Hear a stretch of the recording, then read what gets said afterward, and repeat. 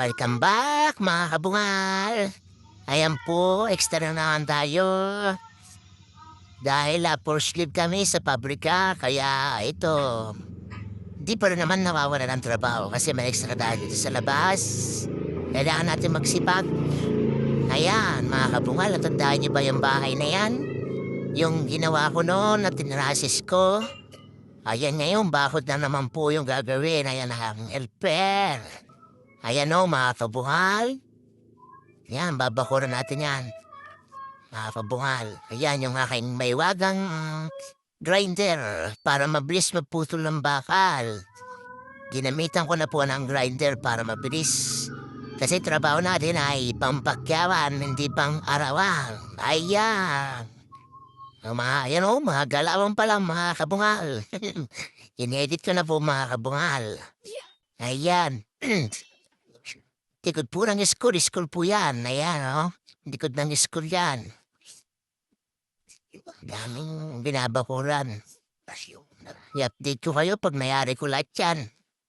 Nang mayari, 3 days ako dyan magagawa, mga kabungal. Hanggang linggo. Tapos meron po akong hinuwatihan mamaya. Ayan. May uti po ko 2 hours. Doon sa kabila naman po yun. Magpapagawa sila ng harang ng gate nila, tindahan.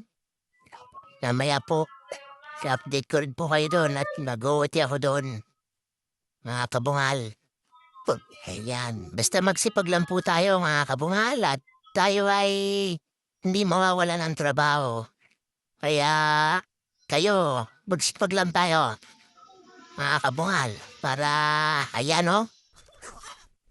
Ayan, gate po yan. Gagawin ko dyan sa may isang na yan. Yan o, ang ganda niya sa dulo. Yan, ganyan po. Bubuhusan natin yan mga kabungal para matibay. Ayan o. Oh, yan po mga kabungal. Ayan o. Finish niya, yan. Bukas ulit mga kabungal. Ayan o. Yan, isang araw po yan, mga kabungal. Ayan. Yan po, gagawa na po ka ng ano dyan. Pinakang poste niya.